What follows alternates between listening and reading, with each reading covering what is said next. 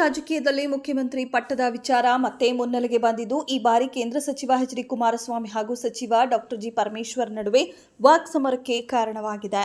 ತನಗೆ 3 ಬಾರಿ ಮುಖ್ಯಮಂತ್ರಿಯಾಗುವ ಅವಕಾಶ ಕೈತಪ್ಪಿತ್ತು ಎಂದು ತುಮಕೂರಿನಲ್ಲಿ ಪರಮೇಶ್ವರ್ ವ್ಯಕ್ತಪಡಿಸಿದ ನೋವಿಗೆ ಕುಮಾರಸ್ವಾಮಿ ಈಗ ಅಂಕಿಅಂಶಗಳ ಸಮೇತ ತಿರುಗೇಟು ನೀಡಿದ್ದಾರೆ. ಅಂದು ಮೈತ್ರಿ ಸರ್ಕಾರದ ಸಂದರ್ಭದಲ್ಲಿ ಡಾಕ್ಟರ್ ಜಿ. ಪರಮೇಶ್ವರ್ ಅವರು ನನ್ನ ಬಳಿ ಬಂದಾಗ ನಾನೇ ಅವರಿಗೆ ಮುಖ್ಯಮಂತ್ರಿಯಾಗಿ ಎಂದು ಆಫರ್ ನೀಡಿದ್ದೆ.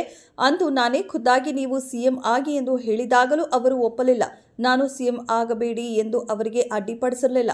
ಅಂದು ಅವರು ಮುಖ್ಯಮಂತ್ರಿಯಾಗಿದ್ದರೆ ನಾನೇ ಬೆಂಬಲ ನೀಡುತ್ತಿದ್ದೆ ಎಂದು ಹಳೆಯ ಘಟನೆಯನ್ನ ಸ್ಮರಿಸಿದರು.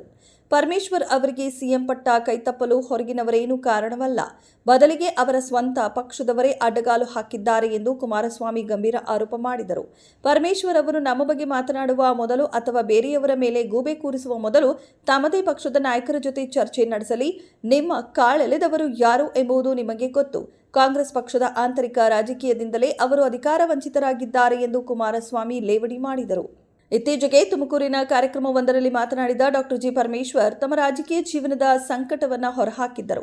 ನನಗೆ 3 ಬಾರಿ ಮುಖ್ಯಮಂತ್ರಿಯಾಗುವ ಅವಕಾಶ ಬಂದಿತ್ತು, ಆದರೆ ಅದು ಕೈತಪ್ಪಿತ್ತು. 2013ರಲ್ಲಿ ನಾನು ಚುನಾವಣೆಯಲ್ಲಿ ಸೋತಿದ್ದರಿಂದ ಸಿದ್ದರಾಮಯ್ಯ ಸಿಎಂ ಆದರು. ಆನಂತರ ಮೈತ್ರಿ ಸರ್ಕಾರದ ಅವಧಿಯಲ್ಲಿ ಹಾಗೂ ಈ ಬಾರಿಯೂ ಹಲವು ಕಾರಣಗಳಿಂದ ಅವಕಾಶ ಸಿಗಲಿಲ್ಲ ಎಂದು ಭಾವುಕರಾಗಿ ನುಡಿದರು.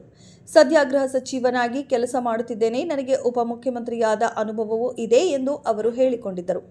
ಪರಮೇಶ್ವರ್ ಅವರ ಅಳಲು ರಾಜ್ಯ ರಾಜಕಾರಣದಲ್ಲಿ ಹೊಸ ಸಂಚಲನ ಮೂಡಿಸಿದ್ದು, ಕುಮಾರಸ್ವಾಮಿ ನೀಡಿರುವ ಈ ಹೇಳಿಕೆ ಈಗ ಕಾಂಗ್ರೆಸ್ ಪಾಳೆಯದಲ್ಲಿ ತಳಮಳ ಸೃಷ್ಟಿಸಿದೆ. ಪರಮೇಶ್ವರ್ ಅವರ ಸಿಎಂ ಕನಸಿಗೆ ಅಡ್ಡಿಯಾದವರು ಯಾರು ಎಂಬ ಪ್ರಶ್ನೆ ಮತ್ತು ಚರ್ಚೆ ಮತ್ತೆ ಕಾವೇರಿದೆ.